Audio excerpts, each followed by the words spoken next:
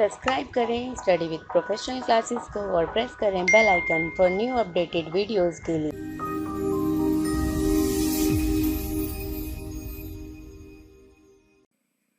Hello everyone, welcome to my channel study with professional classes. So friends, आज की video में हम unit 1 business environment and international business के सारे topic detail में कवर करेंगे। सो फ्रेंड्स, अगर वीडियो अच्छी लगे तो वीडियो को लाइक करें, चैनल को अभी सब्सक्राइब करें और अपने फ्रेंड्स के साथ शेयर करना ना भूलें। आप हमें टेलीग्राम ग्रुप और फेसबुक पेज पर भी ज्वाइन कर सकते हैं, जिसका लिंक मैं डिस्क्रिप्शन में दे दूँगी। तो स्टार्ट करते हैं। तो देखो, सबसे पहले यहाँ पर जो है यूजीसी नेट कॉमर्स का पूरा सिलेबस है। तो जो मैंने जो है पूरा सिलेबस क्या करा है, 8 बुलेट में कैटेगराइज कर दिया है, जिससे कि हम इजीली समझ सकें कि किस बुलेट में हम किस तरीके से पढ़ेंगे। और ये मैंने पूरा सिलेबस जो है वो टॉपिक वाइज कवर किया है, ठीक है। तो देखो यहाँ पर बुलेट 1, बुलेट 2, बुलेट 3, बुलेट 4, 5, 6, 7, 8 इस तरीके से मैंने पूरा सिलेबस 8 बुलेट में कैटेगराइज कर दिया है। तो बुलेट 1 स्टार्ट करते हैं पहले। तो बुलेट 1 के जो टॉपिक्स हैं उन सबको क्या करा है मैंने, हर एक पॉइंट में कैटेगराइज कर दिया है। तो पहला पॉइंट है concept and element of business environment, ठीक है। तो 1 बाय 1 हम सारे टॉपिक्स को कवर करेंगे, उसके बाद हमारी बुलेट 1 कंप्लीट हो जाएगी। तो इस तरीके से हम सारी बुलेट को कंप्लीट करेंगे। तो बुलेट 1 जो है वो हमारी है business environment, concept, importance, nature and elements of business environment. तो देखो यहाँ पर जो concept of business environment and nature, important and element. तो पहले हम समझते हैं बिजनेस एनवायरनमेंट होता क्या है, ठीक है। तो business environment is a combination of 2 words, business and environment. तो बिजनेस एंड एनवायरनमेंट, ये 2 वर्ड का कॉम्बिनेशन मिलकर बिजनेस एनवायरनमेंट बना है। और बिजनेस एनवायरनमेंट की जब हम बात करते हैं तो क्या बोलते हैं, factor which are present in surrounding of business enterprises. तो बिजनेस के जितने जो भी सराउंडिंग जो भी एक्टिविटी होती है, that is called business environment, ठीक है। तो बिजनेस एनवायरनमेंट क्या है, business environment is a combination of 2 words, business and environment. जो भी सराउंडिंग जो भी एक्टिविटी होंगी उसे हम बिजनेस एनवायरनमेंट बोलेंगे, ठीक है। इसका नेचर कैसा है, डिपेंडेंस ऑफ ईच अदर। तो जो भी हमारी एक्टिविटी होती है वो बिजनेस की, वो सारी एक दूसरे से लिंक होती हैं, ठीक है। जैसे इकोनॉमिक, सोशल, पॉलिटिकल, लीगल। अब कोई लॉ में कुछ चेंज आ गया, या वहाँ की गवर्नमेंट चेंज हो गई, या पॉलिटिक्स के कुछ रूल्स नए आ गए, तो ये सारी चीज़ें क्या करती हैं, बिजनेस में कहीं ना कहीं लिंक होती हैं और एक दूसरे से डिपेंडेंट होती हैं। क्योंकि अगर उनमें कुछ चेंजेस होता है तो बिजनेस में भी वो पॉलिसी चेंज हो जाएंगी। सपोज टैक्स रेट इंक्रीज हो गया तो बिजनेस में क्या होगा, प्रॉफिट मार्जिन कम होगा। तो ये सारी चीज़ें जो है वो एक दूसरे पे डिपेंडेंस होती है। नेक्स्ट पॉइंट है यहाँ पर मोबालिटी। मोबालिटी का मतलब होता है गतिशील, यानी कि जो चेंजेस होते रहते हैं। तो बिजनेस को कैसा होता है, बिजनेस फ्लेक्सिबल होता है। अब जैसे कि बिजनेस एनवायरनमेंट की हम बात कर रहे हैं यहाँ पर, तो वो हर जगह जाकर चेंज होता है। हर जगह का नेचर, कल्चर, सारी चीज़ें क्या होती हैं, अलग होती हैं। अब जैसे इंडिया में जैसे प्रोडक्ट की डिमांड है, ज़रूरी नहीं है ना ऑस्ट्रेलिया या अदर कंट्री में भी वही प्रोडक्ट की डिमांड हो। तो यहाँ पर क्या है, business environment is a flexible in nature. ये बिल्कुल फ्लेक्सिबल है, ये फिक्स नहीं है। तो इसमें क्या होते रहते हैं, चेंजेस होते रहते हैं।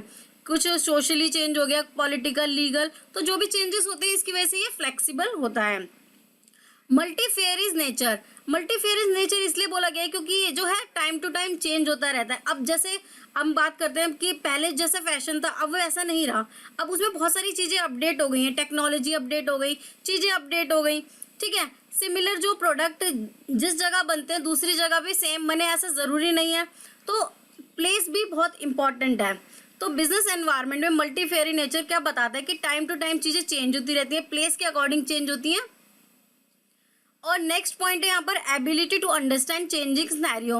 अब जो बिजनेस एनवायरनमेंट है, अब उसमें ज़रूरी है कि जो बिजनेस ऑनर है या बिजनेस की जो कमेटी है, जो मैनेजमेंट है, उसको क्या ज़रूरी है, उसको ये जो चेंजेस हो रहे हैं उन चेंजेस को एक्सेप्ट करना और प्लस उन चेंजेस को समझना कि क्या क्या चेंजेस हो रहे हैं, उसके अकॉर्डिंग अपने बिजनेस में चेंजेस करना।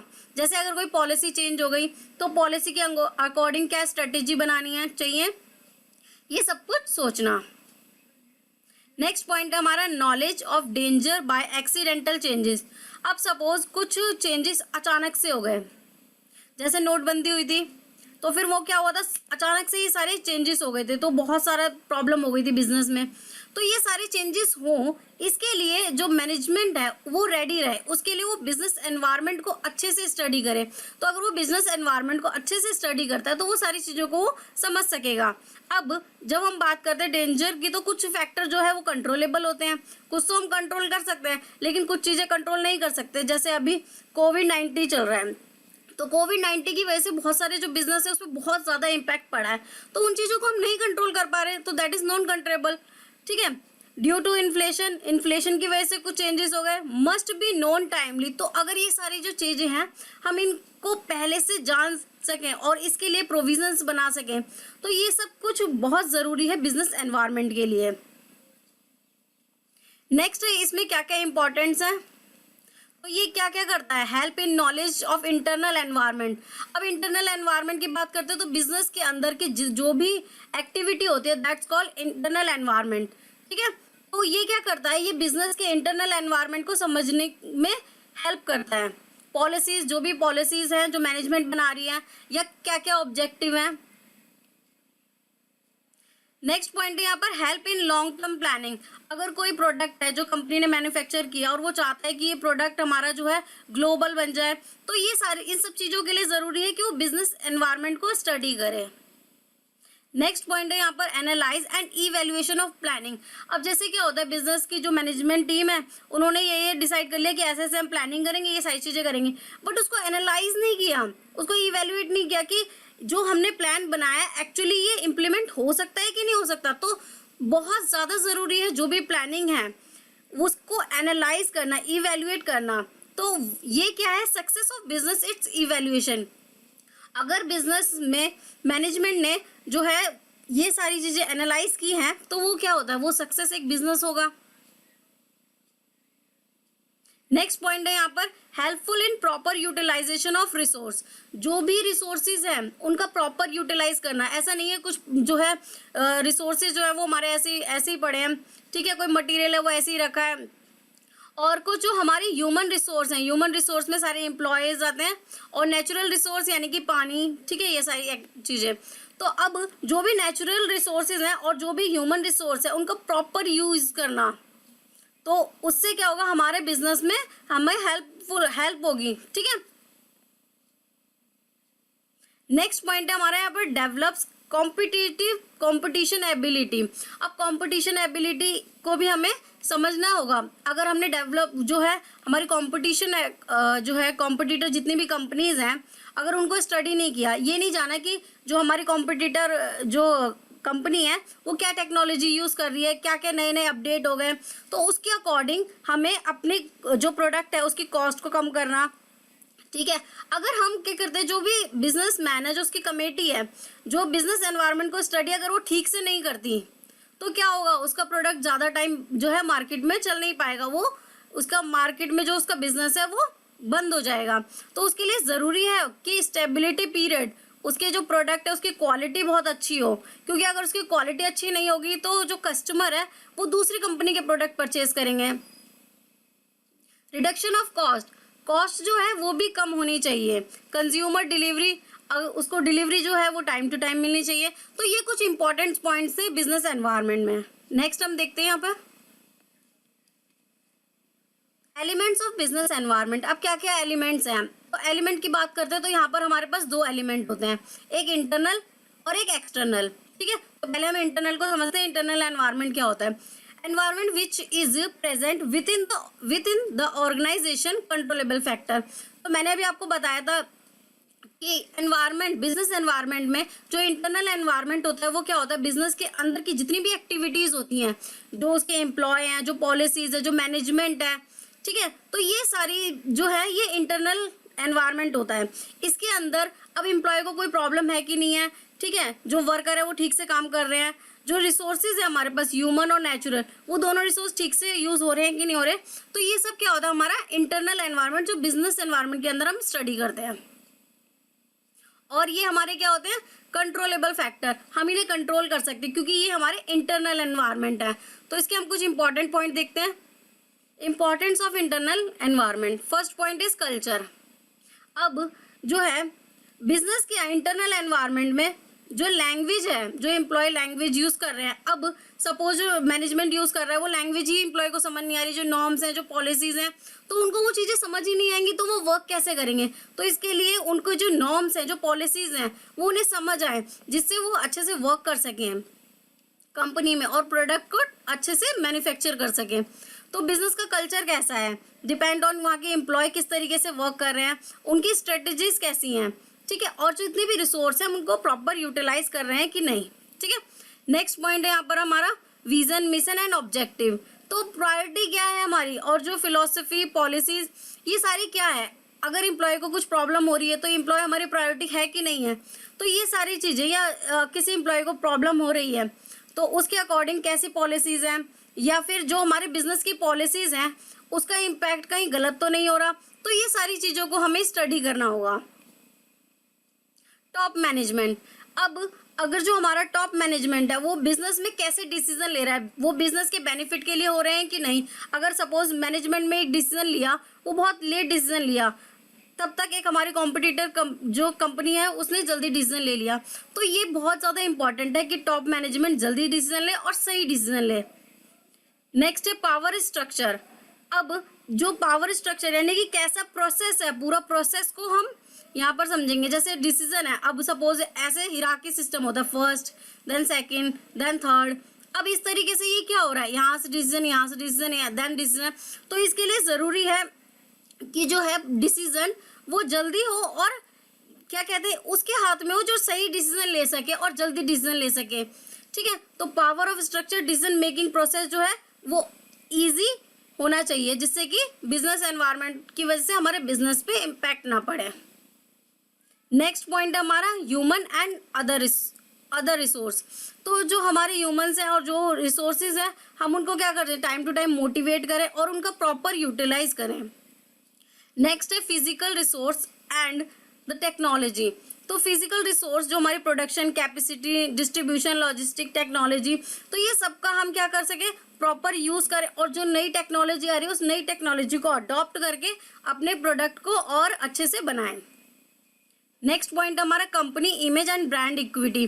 तो अब अगर हमें अपने कंपनी के जो प्रोडक्ट है उसको एक अच्छी ब्रांड के तौर पे हमें दिखाना है मार्केट पे, तो हमें ज़रूरी है कि जो हमारे एम्प्लॉय हैं या जिन्हें हमने चुना है वो अच्छे चूज़ करें, जिससे कि हमारे जो प्रोडक्ट है उसकी सप्लाई अच्छे से हो। अब सपोज एक सप्लायर जो हमने चूज़ किया वो जो है डिलीवरी टाइम पर नहीं देता, जिसकी वजह से बहुत कंप्लेंट्स आती हैं। तो इसका हमें ध्यान रखना पड़ेगा, अपने ब्रांड का नाम का ध्यान रखना पड़ेगा कि डिलीवरी टाइम से हो सके, कस्टमर सेटिस्फाई रहे। नेक्स्ट है इट इंक्लूड्स, इसके अंदर इंक्लूड्स होते हैं financial resources, objective policies, human resource, labour management, relationship. तो ये सारी चीज़ें, अब फाइनेंस से रिलेटेड जो भी एक्टिविटी है, ऑब्जेक्टिव हमारे क्या, हम अपने बिजनेस को कहाँ देखते हैं, ठीक है, उससे रिलेटेड जो पॉलिसीज हैं।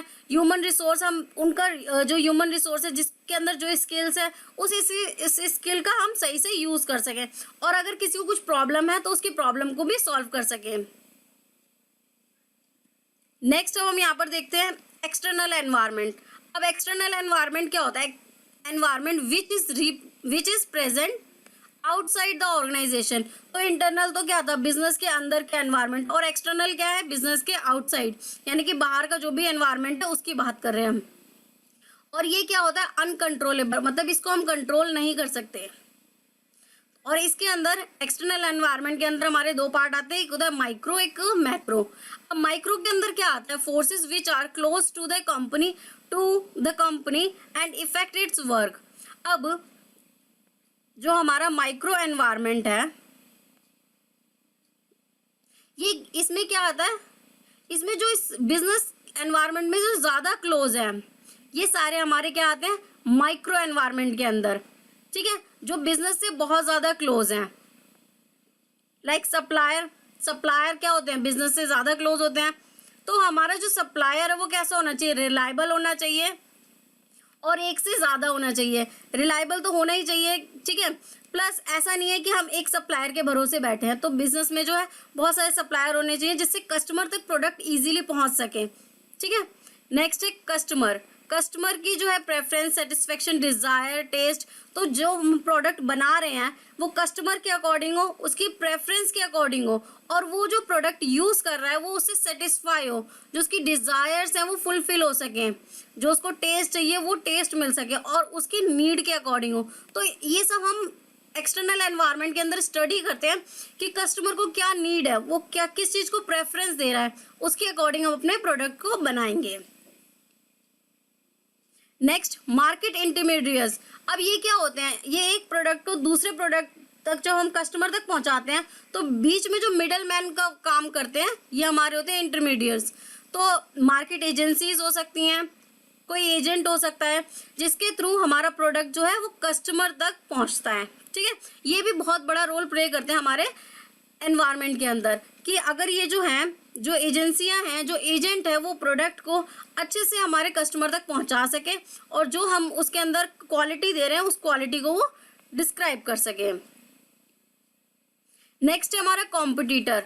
अब ये बहुत इंपॉर्टेंट है कि जो हम प्रोडक्ट बना रहे हैं, अब सामने वाली कंपनी भी सपोज वही प्रोडक्ट बना रही है तो कॉम्पिटिटर का क्या एक्शन हो रहा है। सपोज वो एक के साथ एक जो है प्रोडक्ट फ्री देने लगा या कोई चीजें उसने ऐड कर दी या कोई पॉलिसी कर दी, ठीक है, तो कुछ एक ऐसा एक्शन जिसकी वजह से हमारी सेल पे फर्क पड़े, तो उसके प्रोडक्ट, उसकी कंपनी पे हमें ध्यान देना पड़ेगा कि वो किस तरीके के एक्शन ले रहा है जिससे कि हम भी अपनी पॉलिसीज में क्या कर सके, चेंज कर सकें। तो रिएक्शन ऑन कॉम्पिटिटर एक्शन, तो जो भी वो कॉम्पिटिटर कंपनी करेगी उस पर हमारा कैसे रिएक्शन होगा, इसके लिए भी हमें एनवायरनमेंट समझना होगा, क्योंकि हमने अगर उनके बारे में देखा है, उनके बारे में रिसर्च किया, तभी तो हम उस पर कुछ एक्शन कर सकते हैं ना। Next is public. अब पब्लिक में मीडिया पब्लिक, लोकल पब्लिक। अब हमारा जो ब्रांड है, जो हमारा प्रोडक्ट है, उसकी मार्केटिंग कैसी हो रही है, मीडिया जो है या टीवी पे, टीवी के थ्रू एडवर्टीजमेंट, न्यूज़पेपर, जिसके थ्रू भी हम ना एडवर्टीजमेंट कर रहे हैं उसमें उस प्रोडक्ट की जो है वो इमेज कैसे दिख रही है, ये भी हमें ध्यान देना पड़ेगा। तो लोकल मीडिया में हम अपने प्रोडक्ट को कैसे प्रेजेंट कर रहे हैं, कैसे मार्केटिंग कर रहे हैं, ये भी बहुत इंपॉर्टेंट है। और पब्लिक यानी कि जो है हमारे कस्टमर उस प्रोडक्ट के बारे में क्या ओपिनियन रखते हैं, ये भी हमारे लिए बहुत इंपॉर्टेंट है। नेक्स्ट हम यहाँ पर देखते हैं macro environment. Forces are uncontrollable in comparison to micro forces it include. इसके अंदर अब क्या क्या इंक्लूड होते हैं, इकोनॉमिक एनवायरनमेंट। अब इसके अंदर हम इकोनॉमिक कंडीशन को देखते हैं। उसके अंदर तो देखो क्या था कि माइक्रो में बिजनेस के जो बहुत क्लोज हैं वो हमारे माइक्रो एनवायरनमेंट हो गए। अब मैक्रो की बात कर रहे हैं तो ये काफी बड़े लेवल पे हो गए, इसमें हमारे पॉलिटिक्स, ये सारी चीजें कंट्री से, कंट्री के अंदर जो भी चेंजेस हो रहे हैं, जो हमारे बिजनेस पे इम्पैक्ट क्या डालेंगे, ये इसके अंदर हम स्टडी करेंगे। तो सबसे पहले पॉइंट यहाँ पर इकोनॉमिक एनवायरनमेंट है। इकोनॉमिक कंडीशन, अब इकोनॉमिक कंडीशन कैसी है और हमारी कैसी पॉलिसीज होंगी उसके अकॉर्डिंग। सपोज जो हमारा प्रोडक्ट है वो बहुत महंगा है और वहाँ की जो कस्टमर्स हैं वो उसको अफोर्ड नहीं कर सकते, तो हमारा प्रोडक्ट क्या वहाँ सेल हो सकता है? आंसर इज नो, नहीं हो सकता ना। तो वहाँ की इकोनॉमिक की कंडीशन के अकॉर्डिंग या फिर जो हमारी पॉलिसीज हैं, जो हमारे प्रोडक्ट है उसके लिए जो भी पॉलिसी सिस्टम है, तो वो सारे कैसे इम्पैक्ट कर रहे हैं, ठीक है। या गवर्नमेंट की कोई पॉलिसी आ गई जिसकी वजह से हमारे प्रोडक्ट को सेल होने में कुछ प्रॉब्लम आ रही है, ठीक है, वहाँ जो सिस्टम है उसके अकॉर्डिंग हमारा प्रोडक्ट होना चाहिए, ठीक है। Next point is political environment. अब पॉलिटिकल स्टेबिलिटी, अब जो गवर्नमेंट है वहाँ की कैसी है। सपोज वहाँ की गवर्नमेंट जो है वो एक दो साल में चेंज हो गई या कुछ भी चेंज होता है, तो उसकी वजह से क्या है, उसकी वजह से हमारे प्रोडक्ट पे क्या पड़ेगा, इफेक्ट पड़ेगा। और हमारी गवर्नमेंट के साथ उसके रिलेशन कैसे हैं। जब सपोज इंडिया के रिलेशन जो है अनदर कंट्री के साथ अच्छे हैं तो हमारे प्रोडक्ट को हमें सेल करने में ईजी होगा। अगर हमारी जो कंट्री है उसके रिलेशन किसी दूसरी कंट्री के साथ अच्छे नहीं है तो उसके लिए हमें प्रॉब्लम क्रिएट होगी कि हम अपना प्रोडक्ट वहाँ पर सेल कर रहे हैं। और वहाँ की स्टेबिलिटी कैसी है पॉलिटिकल, जैसे अब हमारी जो गवर्नमेंट थी उसके रिलेशन अच्छे थे जो उस टाइम पे वहाँ गवर्नमेंट थी, लेकिन जब चेंज हो गए तो उसके साथ हमारे रिलेशन अच्छे नहीं थे। तो वहाँ पर डिपेंड करता है कि उसकी जो पॉलिटिकल स्टेबिलिटी है वो कैसी है। Next point is social cultural environment. अब वहाँ का रिलीजन कैसा है, एजुकेशन कैसी, फैमिली। अब जो हमारा प्रोडक्ट है वो सपोज जो है वो गारमेंट का है, तो अब जैसे हिंदू का हो गया तो वो रिलीजन के अकॉर्डिंग वैसे ही क्लोथ परचेज करेंगे, ठीक है। और उनकी एजुकेशन कैसी है, मतलब वो जैसी उनकी एजुकेशन है, ठीक है, उसके अकॉर्डिंग वो अपनी चीज़ें परचेज करेंगे। अब बुक्स हैं तो वो जो एजुकेटेड है, जिन्हें जो नीड है, वो उसी अकॉर्डिंग लेंगे, ठीक है। जो एजुकेटेड एरिया है वहाँ पर जो है क्लोथ की डिमांड अलग होगी, दूसरे एरिया में अलग डिमांड होगी। फैमिली सिस्टम कैसा है, ठीक है, फैमिली के अकॉर्डिंग। तो ये सोशो कल्चर एक कल्चर के अकॉर्डिंग, जैसे यहाँ पर जो है हम इंडिया की बात करें तो सूट वगैरह इजीली बिक जाते हैं, लेकिन अगर अनदर कंट्री की बात करते हैं तो वहाँ पर जो है वेस्टर्न ड्रेसेस चलती है। तो यहाँ पर क्या है, सोशो कल्चर बहुत इंपॉर्टेंट करता है कि वहाँ का कल्चर कैसा है, ठीक है। Next point is technology environment. अब जो हमारा प्रोडक्ट है उसमें कुछ ना कुछ चेंजेस होने चाहिए, इनोवेशन होनी चाहिए। ऐसा नहीं है हमने एक बार प्रोडक्ट अपना बना दिया और बस उसको सेल करते जा रहे हैं। अरे भाई तुम तो सेल कर रहे हो, लेकिन अब जब नई कंपनियां आ गई, नए नए कॉम्पिटिटर आ गए, उनके प्रोडक्ट इतने इनोवेटिव हैं, इतने चेंजेस हैं, इतनी टेक्नोलॉजी वाले हैं, तो फिर जो कस्टमर है वो उनके ही प्रोडक्ट परचेज करेगा, आपके नहीं। तो टेक्नोलॉजी में क्या होनी चाहिए, अडेप्टेशन होनी चाहिए और कुछ चेंज होता रहना चाहिए, ठीक है। Next point is legal environment. अब जो लीगल एनवायरनमेंट है, लीगल एनवायरनमेंट की वहाँ की कंट्री की क्या लॉज हैं। अब जो हम अपने प्रोडक्ट बेच रहे हैं तो वहाँ के कंट्री के जो लॉ है उसकी वजह से अगर हमारा प्रोडक्ट नहीं सेल हो रहा तो उसके अकॉर्डिंग हमें अपने प्रोडक्ट की पॉलिसीज या जो है वो चेंज करनी पड़ेंगी। तो लॉ के अकॉर्डिंग भी हम देखते हैं अपने प्रोडक्ट को। Natural environment. अब सपोज जो हमारा प्रोडक्ट है उसकी कंडीशन है कि वो जो है वो जहाँ का एनवायरनमेंट बहुत ठंडा होता है या बहुत अच्छा होता है तो वहाँ पर बनता है। तो डिपेंड करता है कि वहाँ का नेचुरल एनवायरनमेंट आपको कैसा चाहिए उस प्रोडक्ट के अकॉर्डिंग। तो क्लाइमेटिकली कंडीशन बहुत इंपॉर्टेंट है और उसके अकॉर्डिंग वहाँ के रिसोर्स यूज़ करना, ठीक है। जैसे सपोज अब है, एक एग्जांपल लेते हैं कि एक पर्सन है, उसे आइसक्रीम बेचनी है, तो आइसक्रीम बेचने के लिए अगर वो ठंडी जगहों पे जाएगा तो वहाँ पर नहीं जो है कस्टमर परचेज करेंगे, रदर देन अगर वो गर्म जगहों पर जाता है, जैसे राजस्थान वगैरह में जाकर अगर वो सेल करता है तो वहाँ सेल होगी। अगर वो हिमालय वगैरह में जाता है तो वहाँ सेल तो होगी, लेकिन इतनी ज़्यादा जो है डिमांड उस प्रोडक्ट की नहीं होगी। Next point is financial environment. अब फाइनेंशियल एनवायरनमेंट में हम investment, stock market, raising finance की किस तरीके से हम अपने फाइनेंस को रेज कर सकते हैं through the stock market, share issue करके। तो उस तरीके से हम क्या कर सकते हैं, अपने बिजनेस में फाइनेंस को इंट्रोड्यूस कर सकते हैं। Next is global environment. अब हम अपने प्रोडक्ट को चाहते हैं ग्लोबली हो, यानी कि हर कंट्री में हमारा प्रोडक्ट जो है अवेलेबल हो इजीली। तो business exist in world market to understand rules. तो उसके लिए ज़रूरी है कि आप हर एक कंट्री के जो है वो रूल्स को समझे, वहाँ की गवर्नमेंट पॉलिसीज़ को समझे और उनकी कंडीशन को आप फुलफिल करें। उसके बाद अपने प्रोडक्ट को ऐसे अपडेट करें कि वो हर कंट्री में जो है वो सेल ईजिली हो सके। तो आपको उस अकॉर्डिंग अपने बिजनेस एनवायरनमेंट को स्टडी करने की बहुत ज़्यादा ज़रूरत है। नेक्स्ट जो है हमारा वो है इकोनॉमिक एनवायरनमेंट टॉपिक। तो इकोनॉमिक एनवायरनमेंट क्या होता है? Economic environment refer to all economic factors that affect commercial and consumer behavior। तो अब जब हम इकोनॉमिक एनवायरनमेंट की बात करते हैं तो इकोनॉमिक एनवायरनमेंट के लिए बहुत ज़रूरी है कि वहाँ के जो कस्टमर है वो उस प्रोडक्ट को परचेज कर सके। अब सपोज एक जो प्रोडक्ट है उसका प्राइस है एग्जाम्पल के लिए 100, अब 100 प्राइस है उसका, लेकिन वहाँ के जो कस्टमर है वो 100 रुपीज़ पे ही नहीं कर सकते।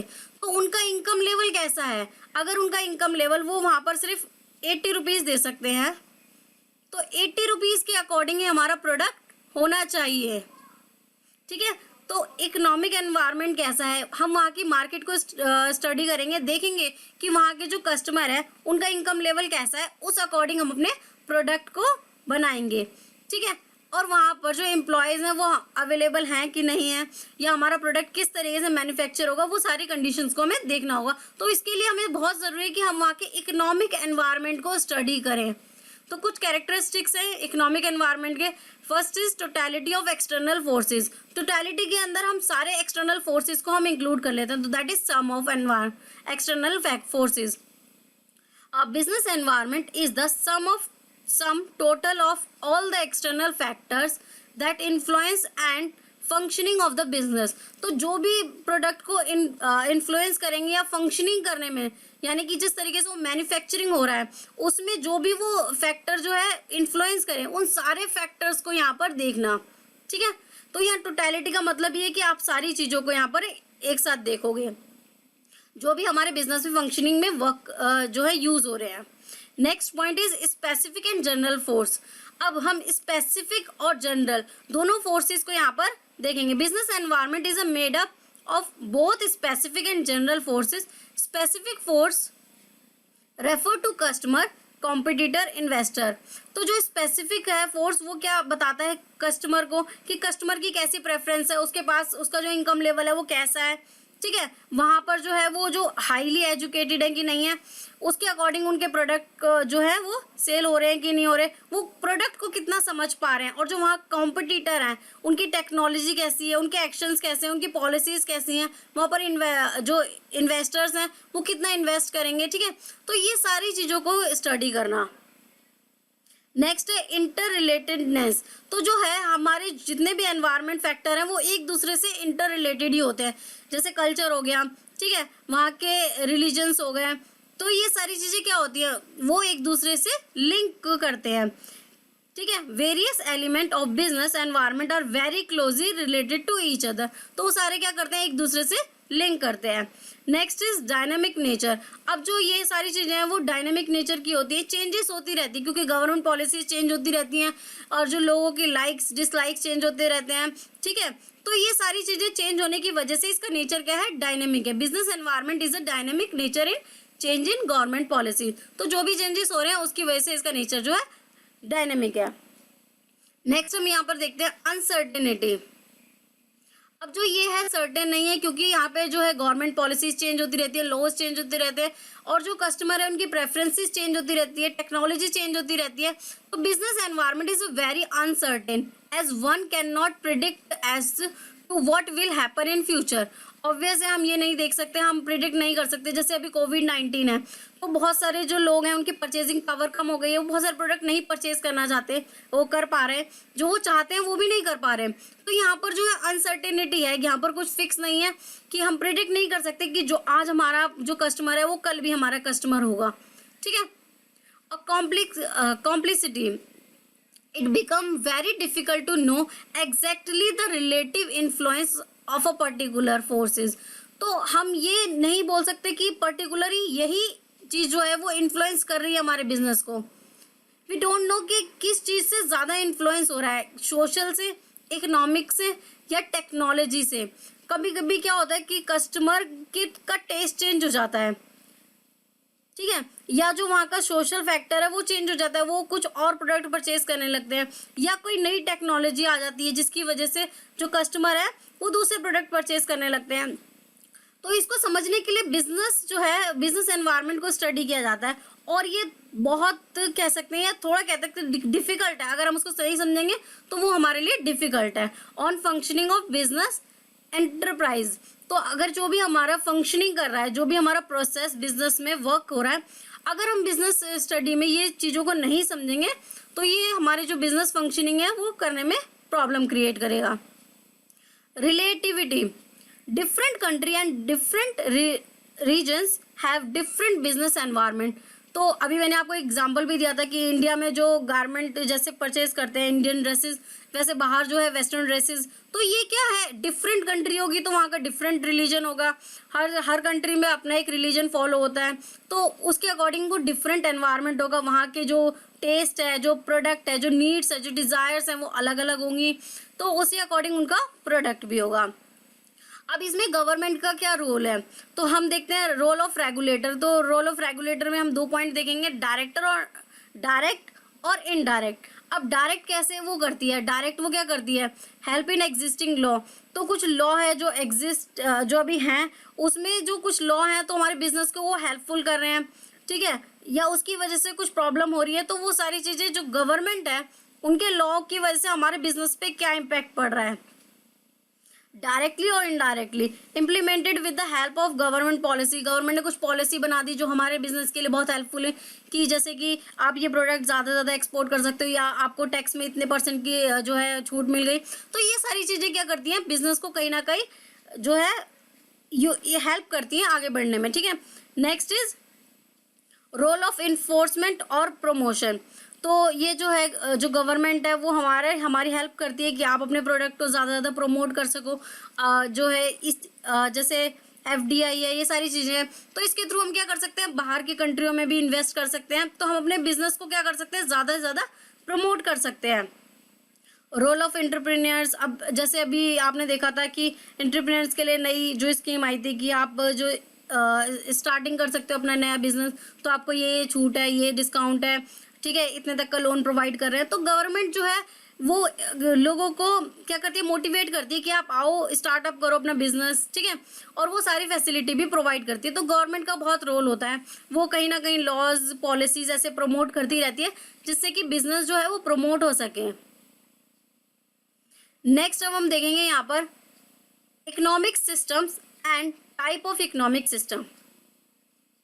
तो पहले हम इकोनॉमिक सिस्टम को इस डायग्राम के थ्रू समझते हैं। तो economic system an arrangement of solving central problem of economic. तो इस सेंट्रल प्रॉब्लम में क्या होता है, हमारे पास सबसे पहले जो क्वेश्चन आता है कि what to produce, how to produce and for whom to produce.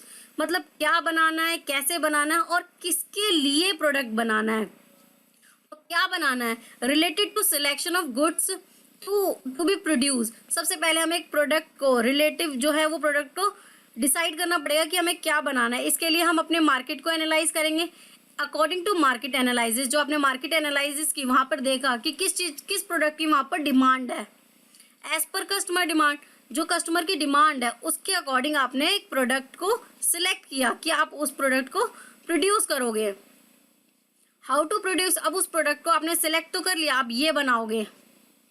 अब ये कैसे बनाओगे, relate to selection of techniques of production. अब आप देखोगे कि कैसे टेक्निक आपको यूज करनी है। वो प्रोडक्ट आपका लेबर इंसेंटिव होगा या कैपिटल। अब लेबर इंसेंटिव टेक्निक्स क्या होती है, use of more labour than capital. अब इसमें क्या करते हो, आप लेबर का ज्यादा यूज करते हो कंपेयर टू कैपिटल, ठीक है, जिसमें लेबर जो है वो ज्यादा होती है रेदर देन कैपिटल। अब कैपिटल इंटेंसिव टेक्निक में क्या होता है, use of more capital than labour. तो यहाँ पर क्या होता है, हम कैपिटल ज्यादा यूज करते हैं और यहाँ पर जो है वो हम लेबर ज्यादा यूज करते हैं, ठीक है। फॉर हुम टू प्रोड्यूस, अब किसके लिए, relate to part of society to whom goods are to be produce. अब जो हमने देखा था कि कस्टमर जो है उनकी डिमांड कर रही है, तो सोसाइटी के लिए वो प्रोडक्ट को हमें प्रोड्यूस करना होगा according to distribution of income. तो वहाँ की जो इकोनॉमिक है, वहाँ की इकोनॉमिक यानी कि वहाँ की इनकम लेवल क्या है। जैसे अब वहाँ का देखा हमने एक सोसाइटी का जो है सर्वे किया, तो वहाँ पर पता चला तो बहुत हाईली इनकम वाले जो है लोग रहते हैं। तो वहाँ पर प्रोडक्ट कैसा होगा, वहाँ पर जो है वो हमारा महंगा प्रोडक्ट भी इजीली सेल हो जाएगा, ठीक है। लेकिन अगर वहाँ पर कम इनकम वाले जो लोग हैं तो उसके अकॉर्डिंग हमें प्रोडक्ट जो बनाना पड़ेगा वो थोड़ा सस्ता बनाना पड़ेगा और इजीली वो परचेज कर सके, उस अकॉर्डिंग वो हमें बनाना पड़ेगा according to availability of resources. वो इजीली उन्हें अवेलेबल हो जाए, जो भी हमारे प्रोडक्ट हैं वो इजीली वहाँ तक पहुँच जाए और वो जो है उनको प्रोडक्ट वो डिलीवर हो जाए और कस्टमर के अकॉर्डिंग, उनकी डिमांड और उनकी नीड के अकॉर्डिंग वो बनाए जाए। नेक्स्ट हम यहाँ पर देखते हैं there are mainly 3 type of economic system. Mainly 3 type की इकोनॉमिक सिस्टम होते हैं, ठीक है। फर्स्ट हम यहाँ पर देखते हैं कैपिटलिज्म। अब कैपिटलिज्म की बात करें तो यहाँ पर हम कैपिटल की ज़्यादा बात करेंगे, जिसमें जो गवर्नमेंट है, private ownership, free enterprises, consumer, competitive prices, इन सबको प्रेफरेंस देती है। Factor are production are privately owned and profit earning is main motive. तो यहाँ पर जो कंपनी है उसका मेन मोटिव क्या होता है, बस उन्हें प्रॉफिट अर्न करना होता है, ठीक है। कैपिटलिज्म में बेसिकली क्या होता है, यहाँ पर जो कंपनी का मोटिव होता है वो उनका प्रॉफिट अर्निंग मोटिव होता है, ठीक है। और गवर्नमेंट इसमें क्या करती है, ज़्यादा इंटरफेयर नहीं करती, इसीलिए इसे फ्री मार्केट भी कहा जा सकता है, जिसमें कंपनी की जो है प्राइवेट ओनरशिप होती है, फ्री एंटरप्राइजेज होते हैं, कंज्यूमर सॉवरेनिटी होती है, कंपटीशन होता है इनका एक दूसरे से, और जो है प्राइस मर्चेनिज्म होती है, ठीक है। Next is socialism. अब ये नाम से ही पता चल रहा है कि जो है ये सोशल वेलफेयर के लिए जो प्रोडक्ट होते हैं वो वहाँ मैन्युफैक्चरिंग होते हैं, और ये economic system of a country is controlled and regulated by government, और ये रेगुलेट करते हैं गवर्नमेंट के थ्रू, और ये कंट्रोलेबल होते हैं, और इनका मेन मोटिव होता है कि ये सोशल वेलफेयर के लिए काम करें। Price and other thing are decided by government. जो प्राइजेस हैं और जो भी चीज़ें हैं वो सारी गवर्नमेंट के थ्रू डिसाइडेड होती हैं। गवर्नमेंट ऑनरशिप होती है यहाँ पर, और ये सोशल वेलफेयर के लिए काम करते हैं। एब्सेंस ऑफ कंपटीशन, यहाँ पर कंपटीशन जो है नहीं होता। Next is mixed economic, coexistence of private and public sector. अब यहाँ पर मिक्स की बात करें तो यहाँ पर कैपिटलिज्म और सोशलिज्म दोनों यहाँ पर आते हैं। तो यहाँ पर जो कंपनीज होती हैं वो क्या करती हैं, वो सोशल वेलफेयर भी करती हैं, प्लस उनका प्रॉफिट जो है वो भी मोटिव होता है। मतलब एक प्रोडक्ट से वो प्रॉफिट भी कमाना चाहती हैं, प्लस सोशल वेलफेयर भी करती हैं। Coexisting of private and public sector, profit motive and social welfare. तो इनका मोटिव क्या होता है, प्रॉफिट मोटिव भी होता है और प्लस वो सोशल वेलफेयर भी करते हैं। Profit of some goods are decided by government and some by private individual. तो कुछ जो है उनमें गवर्नमेंट डिसाइड करती है और कुछ प्राइवेटली इंडिविजुअल भी वे डिसाइड करते हैं। इनकी कैरेक्टरिस्टिक्स क्या है, coexistence end of private and public sector. तो दोनों ही होते हैं यहाँ पर, public and private. Classification of industries, तो यहाँ पर जो है इंडस्ट्रीज क्लासिफाइड होती हैं। प्रॉफिट मोटिव कम सोशल वेलफेयर, तो यहाँ पर जो है उनका मेन मोटो क्या होता है, सोशल वेलफेयर। प्रॉफिट भी कमाते हैं लेकिन उनका ज़्यादा जो है मोटिव वो सोशल वेलफेयर के लिए होता है। Economic policy, monetary and fiscal policy. तो economic policy of government play significant role determining the economic environment of business in country. तो बेसिकली यहाँ पर जो है इकोनॉमिक पॉलिसीज में हम जो है मनी से रिलेटेड बात करेंगे। तो यहाँ पर क्या होता है कि गवर्नमेंट किस तरीके से हम इन्फ्लेशन और रिसेशन को कंट्रोल करती है, या मनी की सप्लाई जो है जो मार्केट में ज़्यादा है तो उसको कैसे कम करना है, इनफ्लो और आउटफ्लो के थ्रू क्या करती है, मनी की सप्लाई को रोक सकती है और बढ़ा सकती है। तो यहाँ पर हम पहले देखते हैं मॉनेटरी पॉलिसी ऑफ इंडिया। तो formulate and executed by the RBI, reserve bank of India, ये इसे फॉर्मुलेट करती है। Regulate money supply and rate of interest of economic, तो जो मनी की जो सप्लाई है वो मार्केट में कितनी होगी, या जो है मार्केट में ऑलरेडी बहुत सारी मनी है तो उसको कैसे उसको कम करना है, ठीक है, या उसको कैसे बढ़ाना है, इस चीज़ पे ये स्टडी करती है या इसको देखती है। With main objective of control business cycle and promote economic growth, तो इकोनॉमिक में कैसे ग्रोथ होगी और बिजनेस साइकिल कैसे जो है वर्क करेगा, वो सारी चीज़ों को हम यहाँ पर देखते हैं। तो इसके बेसिकली जो मॉनेटरी पॉलिसी है कि मार्केट में जो है वो कितना इनफ्लो होना चाहिए, कितना मार्केट में जो है वो पैसा होना चाहिए, और अगर वो ज़्यादा है तो लोगों की परचेजिंग पावर जो है वो ज़्यादा हो जाएगी। तो फिर कैसे इन्फ्लेशन को कंट्रोल करना है, और कैसे अगर रिसेशन का दौर है तो मार्केट में किस तरीके से जो है मनी को इंट्रोड्यूस करना है, ये हमारी मॉनेटरी पॉलिसी देखती है, ठीक है। इसके कुछ इंस्ट्रूमेंट है, इंस्ट्रूमेंट ऑफ और credit control under monetary policy. तो यहाँ पर हमारे 2 पॉइंट्स हैं। पहले है क्वांटिटेटिव क्रेडिट कंट्रोल मेथड, जिसमें हम जितने भी अमाउंट से रिलेटेड, यानी कि कितने परसेंटेज इंक्रीज करना है या किस तरीके से परसेंट इंक्रीज करके मार्केट में जो है मनी का इनफ्लो करना है, या मनी को जो है वापस मार्केट से लेना है। तो जब हम अमाउंट की बात करते हैं तो हम बात करते हैं क्वांटिटेटिव की।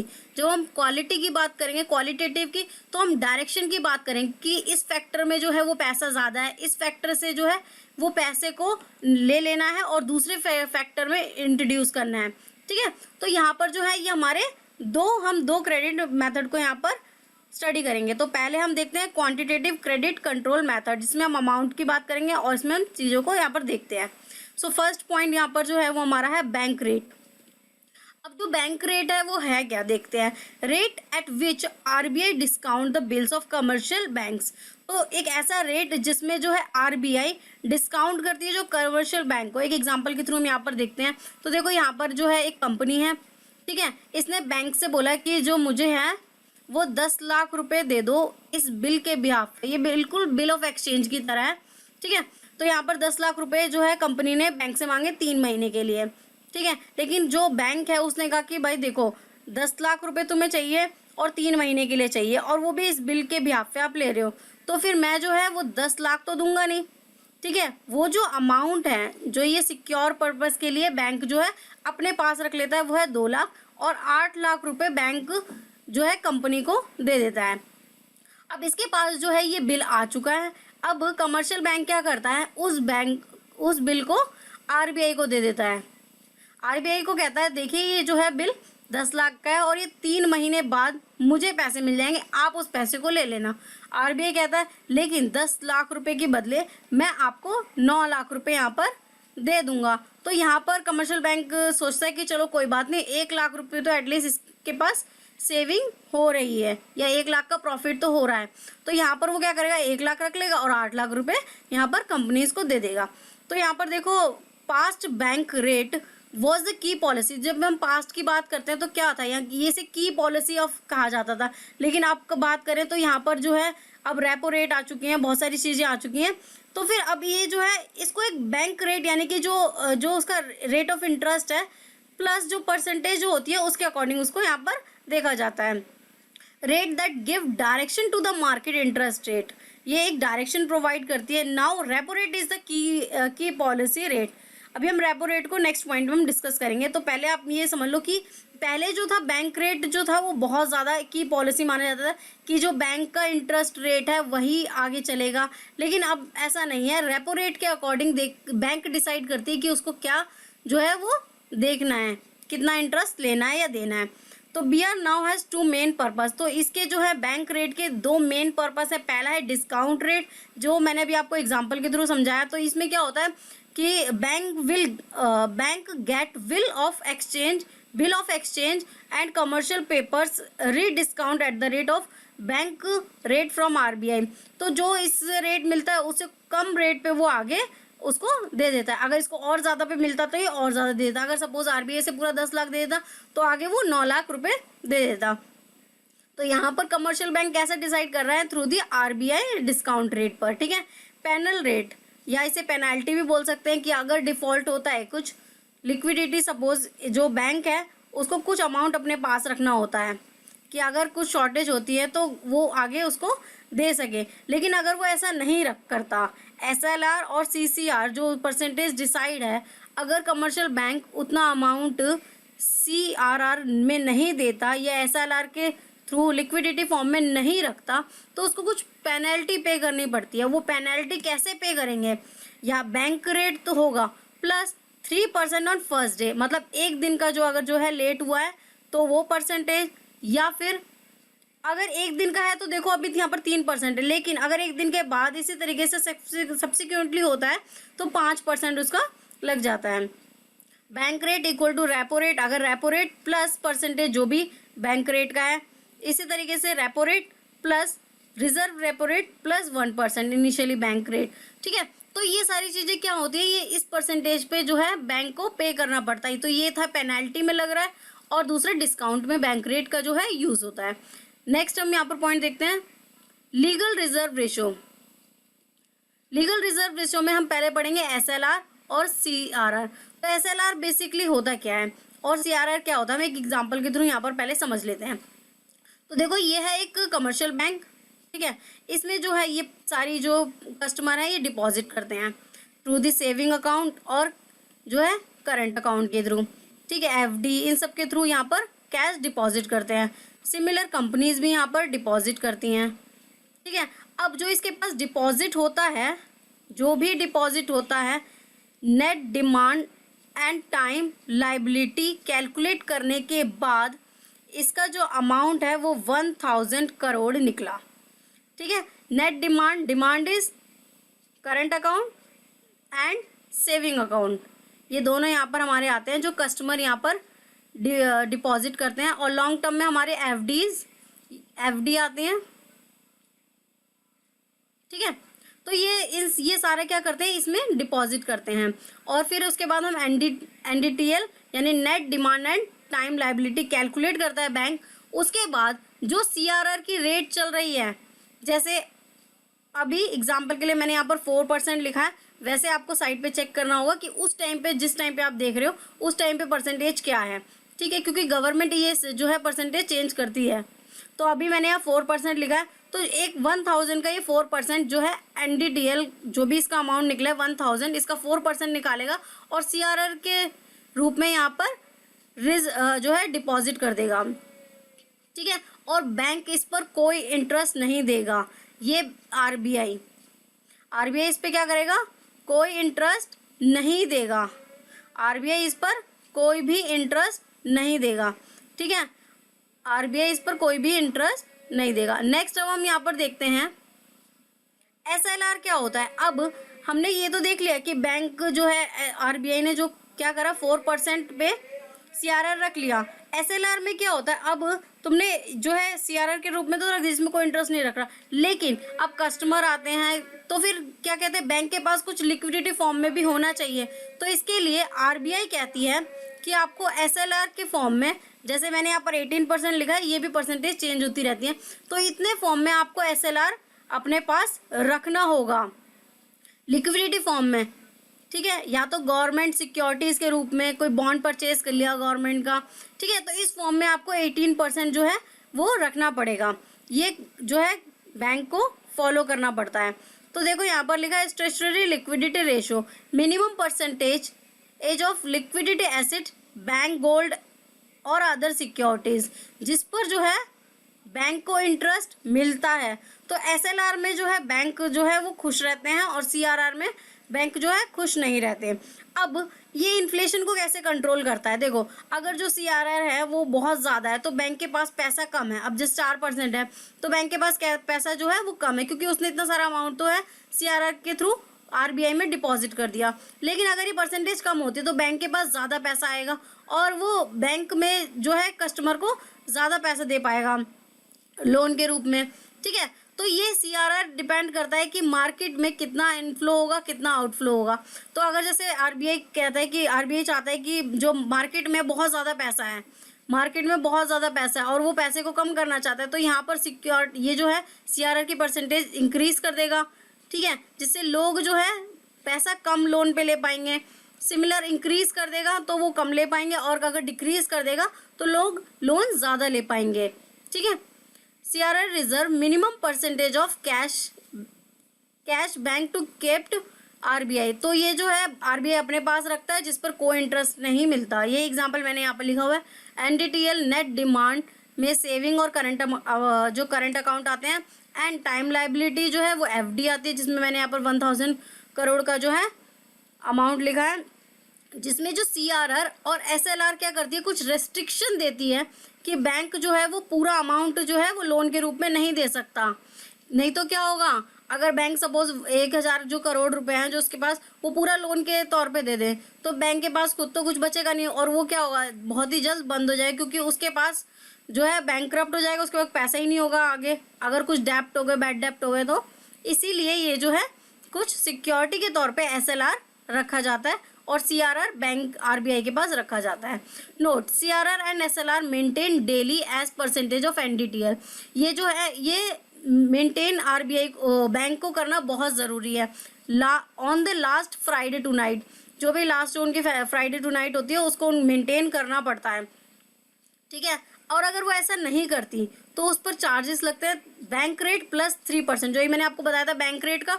तो बैंक रेट जो भी बैंक का रेट होगा प्लस 3% जो कि है जो इनकी पेनल्टी चार्जेस होते हैं, क्योंकि शॉर्टफॉल होगा अगर सीआरआर में हुआ या एसएलआर में हुआ तो उनको 3% प्लस बैंक रेट उनको चार्जेस पे करने होंगे 1 डे के अकॉर्डिंग। अगर वो और ज़्यादा सब्सिक्वेंटली उनका रहता है कि एक दिन में नहीं 2-3 दिन, तो इस अकॉर्डिंग उनका प्लस 5% डिफॉल्ट सब्सिक्वेंटली डे के अकॉर्डिंग पेनल्टी चार्ज की जाती है और बैंक को वो पे करनी पड़ती है।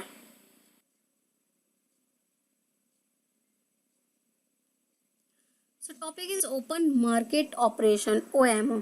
अब ओएमओ होता क्या है, अब देखो आरबीआई जो है वो इनफ्लो और आउटफ्लो के थ्रू क्या करती है मार्केट में, इनफ्लो के थ्रू क्या करती है पैसा डालती है और आउटफ्लो के थ्रू जो है मार्केट से पैसा ले लेती है। वो कैसे लेती है, थ्रू दी स्टॉक या जो है गवर्नमेंट सिक्योरिटी के थ्रू क्या करती है पैसे को ले लेती है। ये इन्फ्लेशन और रिसेशन को कंट्रोल करने के लिए बेसिकली होता है।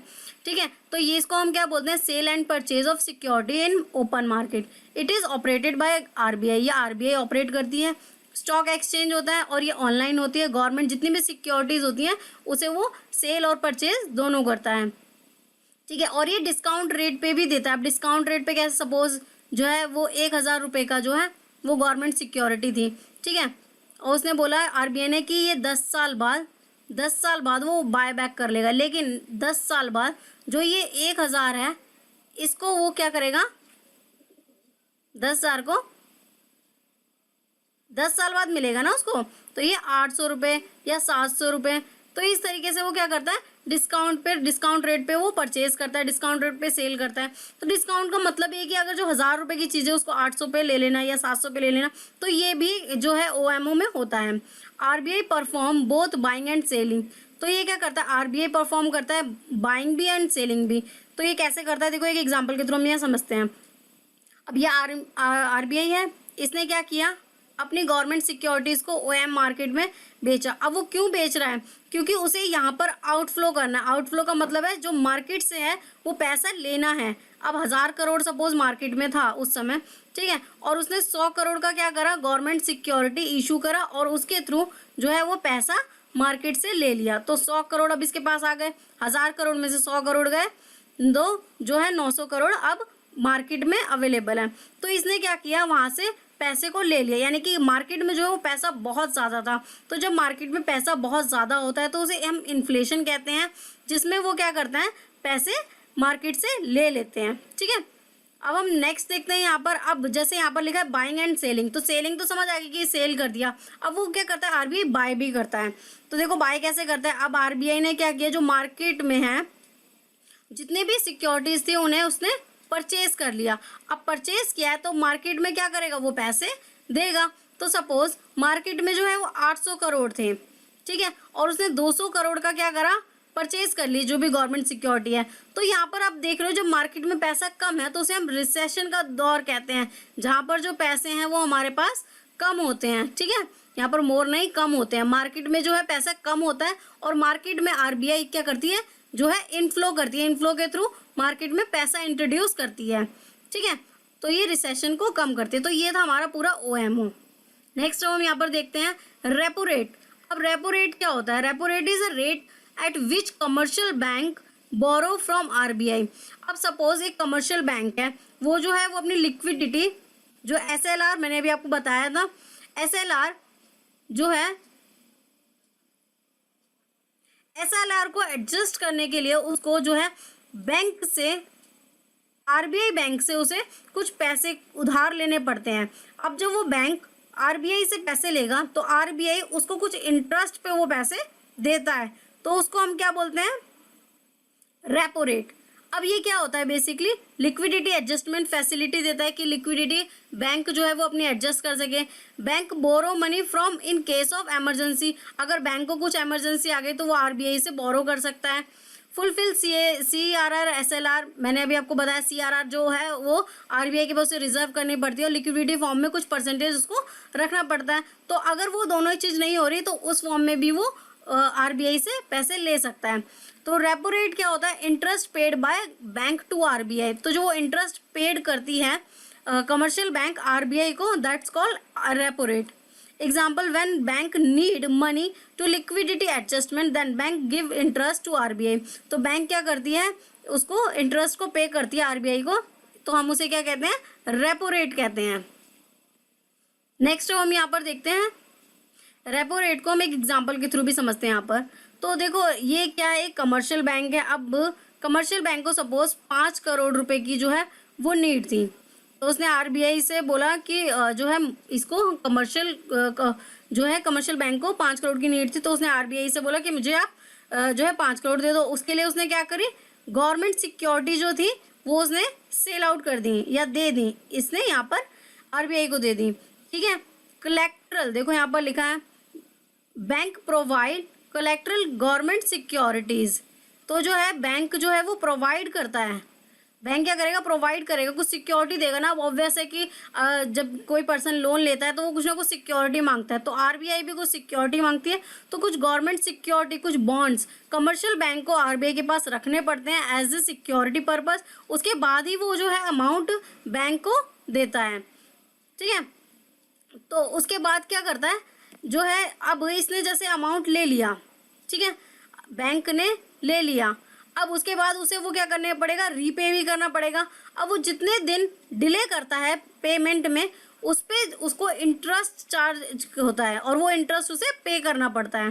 तो देखो यहाँ पर हमने लिखा है interest paid by the bank to to RBI, RBI को जो है इंटरेस्ट पे करता है। Bank provide collateral government securities, ये गवर्नमेंट सिक्योरिटी प्रोवाइड करता है तभी उसको बाद उसको लोन मिलता है। रीपर्चेज ऑप्शंस, अब यहाँ पर जो है आरबीआई जो है रीपर्चेज ऑप्शन भी देती है। Agreement between bank and RBI, bank promises to repurchase government securities after repo rate, तो वो क्या करते हैं, बैंक जो है वो प्रॉमिस करता है कि वो जो अपने बॉन्ड्स हैं, जो गवर्नमेंट सिक्योरिटीज है, उसे वो रीपर्चेज कर लेगा।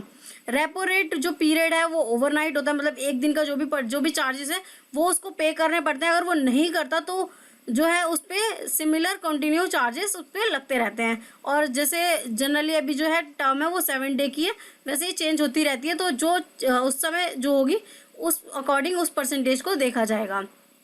ठीक है, तो ये जो परसेंटेज है ये आरबीआई को उसको पे करनी पड़ती है, कमर्शियल बैंक को। नेक्स्ट हम यहाँ पर देखते हैं reserve repo rate given by RBI on deposit made by commercial bank. अब जैसे कमर्शियल बैंक को नीड थी तो उसने आरबीआई से ले लिया। अब अगर आरबीआई जो है वो बैंक को पैसा देना चाहती है या उसको पैसा कमर्शियल बैंक से लेना है, तो जैसे कमर्शियल बैंक ने इंटरेस्ट पे किया आरबीआई को, सिमिलर आरबीआई भी कमर्शियल बैंक को इंटरेस्ट पे करती है। जैसे अभी इसने आरबीआई को करा था रेपो रेट में, अब रिजर्व रेपो रेट में क्या करते हैं, आरबीआई भी पे करता है कमर्शियल बैंक को। तो interest paid by RBI to bank in case of RBI borrow from a bank, अगर आरबीआई बोरो करती है तो वो भी उसको पे करती है। Example, when RBI take money to bank then RBI give interest to bank, तो आरबीआई भी यहाँ पर क्या करती है, इंटरेस्ट पे करती है। तो एक एग्जाम्पल यहाँ पर देखते हैं, तो पहले कुछ पॉइंट पढ़ लेते हैं। Bank deposit surplus cash to RBI, अब जैसे जो बैंक है उनके पास कुछ सरप्लस था तो उन्होंने क्या करा, आरबीआई के पास डिपॉजिट कर दिया, इनके पास सरप्लस था, इन्होंने आरबीआई को दे दिया। ठीक है, कुछ गवर्नमेंट सिक्योरिटीज जो थी आरबीआई से ले ली, गवर्नमेंट सिक्योरिटीज आरबीआई से ले ली। ठीक है, अब जो गवर्नमेंट सिक्योरिटीज ली हैं तो आरबीआई कहता है कि मैं आपसे बाद में रीपर्चेज कर लूंगा, लेकिन जो भी इंटरेस्ट होगा वो आरबीआई कमर्शियल बैंक को पे करेगा। आरबीआई प्रोवाइड कोलेक्ट्रल गवर्नमेंट, अब ऑब्वियस है कि अगर कमर्शियल बैंक ने जब लोन लिया था या उधार लिया था आरबीआई से, तो उन्होंने भी कुछ गवर्नमेंट सिक्योरिटी प्रोवाइड की थी, तो सिमिलर बैंक आरबीआई भी वो चीज़ें प्रोवाइड करता है।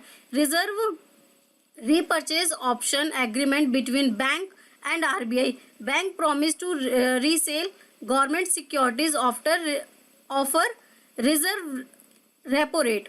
ठीक है, तो ये भी इसे क्या करता है, ऑफर करता है या रीसेल के लिए प्रॉमिस करता है। तो इसमें भी सेम वही चार्जेस हैं कि ओवरनाइट आपको पे करना है, अगर नहीं करते तो कॉन्टिन्यूसली उसी अकॉर्डिंग चार्जेस पे करने पड़ते हैं। ठीक है, तो यहाँ पर क्या करता है, आरबीआई कमर्शियल बैंक को करता है, ठीक है, रिजर्व रेपो रेट में, और रेपो रेट में बैंक आरबीआई को करता है। ठीक है, दोनों में ये मेजर डिफरेंस था। नेक्स्ट अब हम यहाँ पर देखते हैं, तो वो तो क्वांटिटेटिव क्रेडिट कंट्रोल चल रहे थे पॉइंट्स हमारे। अब ये नेक्स्ट जो है हमारा वो है क्वालिटेटिव क्रेडिट कंट्रोल मार्केट। अब मैंने ही आपको बताया था स्टार्टिंग में कि ये क्या करता है, डायरेक्शन प्रोवाइड करता है। तो एक एग्जांपल के थ्रू हम यहाँ पर समझ सकते हैं। देखो यहाँ पर जो है 10,000 करोड़ रुपए हैं, तो एक जो है हमने सपोज जो है एक कंपनी एक सेक्टर में हमने इन्वेस्ट कर दिया 8,000 करोड़, दूसरे में हमने 12,000 crore.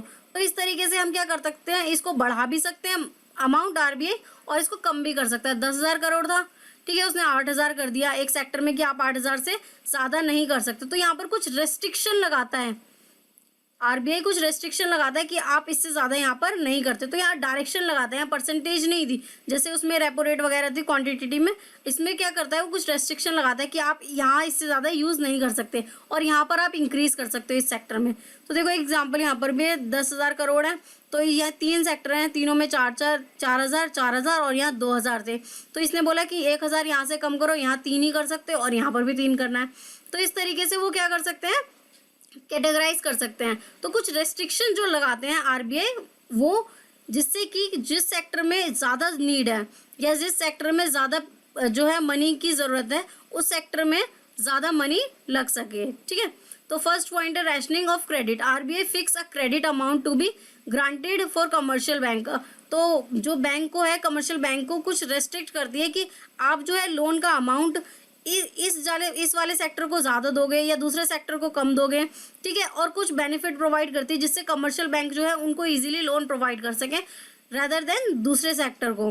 Credit is given by the the amount available for each commercial bank. अब जैसे वो देखे कि इस वाले सेक्टर, कोई सेक्टर है उसमें बहुत ज़्यादा मनी की ज़रूरत नहीं है, या एजुकेशन वाले सेक्टर में बहुत ज़रूरत है, तो उस सेक्टर में ज़्यादा जो है मनी के लिए, लोन के लिए कमर्शियल बैंक ज़्यादा मोटिवेट हो, तो उसके लिए उन्हें बोलती है और कुछ रेस्ट्रिक्शन भी लगाती है कि आपको इसी में ज़्यादा इन लोगों को लोन देना है और दूसरे वाले सेक्टर को नहीं देना।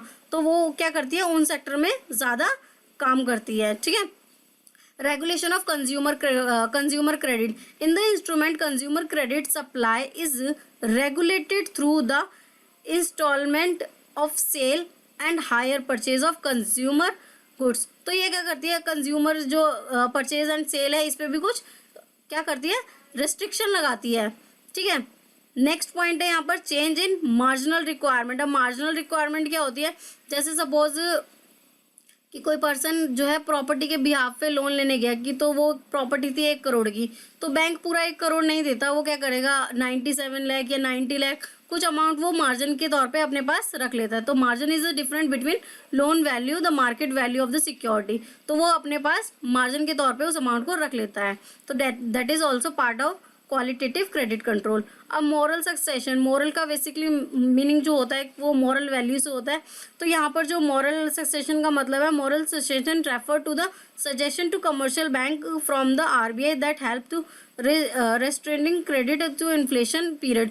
अब इन्फ्लेशन का पीरियड में जैसे कि एक सेक्टर में बहुत ज़्यादा पैसे हैं और दूसरे सेक्टर में पैसे नहीं हैं, तो जिस सेक्टर में पैसे की कमी है उस सेक्टर में उसकी सप्लाई हो सके, इसके लिए वो बैंक को कुछ रेस्ट्रिक्ट कर देती है कि आप अब जो है जो लोन दोगे वो इसी सेक्टर को ज़्यादा दोगे, दूसरे सेक्टर को आप नहीं दोगे या कम दोगे। ठीक है। पर हमारा है final thought, money policies quantitative and qualitative method aim to accelerate growth and stability by controlling and credit supply in economic. तो इकोनॉमिक में जो भी है मनी सप्लाई, तो क्रेडिट कंट्रोल इजीली कर सके, तो आरबीआई इसलिए ये कुछ रेस्ट्रिक्शन लगाती है।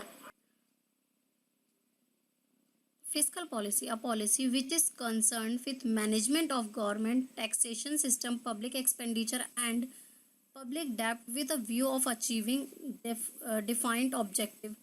तो इसमें बेसिकली जो है गवर्नमेंट क्या करती है, जो मनी की जो है सप्लाई अगर ज़्यादा है या इनफ्लो या आउटफ्लो, तो गवर्नमेंट क्या करती है, फिजिकल पॉलिसी में टैक्स का जो है टैक्स इंक्रीज कर देती है, डिक्रीज कर देती है। तो इसके थ्रू क्या करती है, वो मनी की सप्लाई को कम और ज़्यादा कर सकती है, इनफ्लो आउटफ्लो कर सकती है with the objective of mobilisation resource for rapid economic, अगर economic development and reducing economic inequality. अगर जो है बहुत ज़्यादा मनी की जो है इनकम लेवल के जो है, कुछ लोगों के पास बहुत ज़्यादा इनकम है, कुछ लोगों के पास कम है, तो इस स्टेबिलिटी को भी कंट्रोल करने के लिए फिजिकल पॉलिसी अपनाई जाती है। तो कुछ ऑब्जेक्टिव हैं इसके, promotion of import and export trade. तो इसमें जो है प्रमोट किया जाता है कि ज़्यादा से ज़्यादा एक्सपोर्ट किया जा सके, इंपोर्ट किया जा सके, तो कुछ ऐसी टेक्निक्स के थ्रू जो है प्रोडक्ट बनाए जा सके। ठीक है। प्राइस स्टेबिलिटी हो सके, अगर प्राइस जो है ज़्यादा कम ज़्यादा हो रहा है तो इसके लिए इस पर फिजिकल पॉलिसी में ध्यान दिया जाता है, और जो टैक्सेशन है उसको इंक्रीज़ किया जाता है। Reduce deficit balance of payment, जो है इसका मेन मोटो यही है कि जो बैलेंस ऑफ पेमेंट में जो है डेफिसिट है, जो कि इंपोर्ट बहुत ज़्यादा है, एक्सपोर्ट कम है, तो एक्सपोर्ट को इंक्रीज़ किया जा सके, इसके लिए वो कई प्रकार की छूट भी देती है। Equitable distribution of income and wealth, तो ये जो है इनकम का इससे इक्वल डिस्ट्रीब्यूशन हो सके, इस पर भी ये ध्यान देती है। सो फ्रेंड्स, अगर वीडियो अच्छी लग रही है तो वीडियो को लाइक करें, चैनल को अभी सब्सक्राइब करें और अपने फ्रेंड्स के साथ शेयर करना ना भूलें।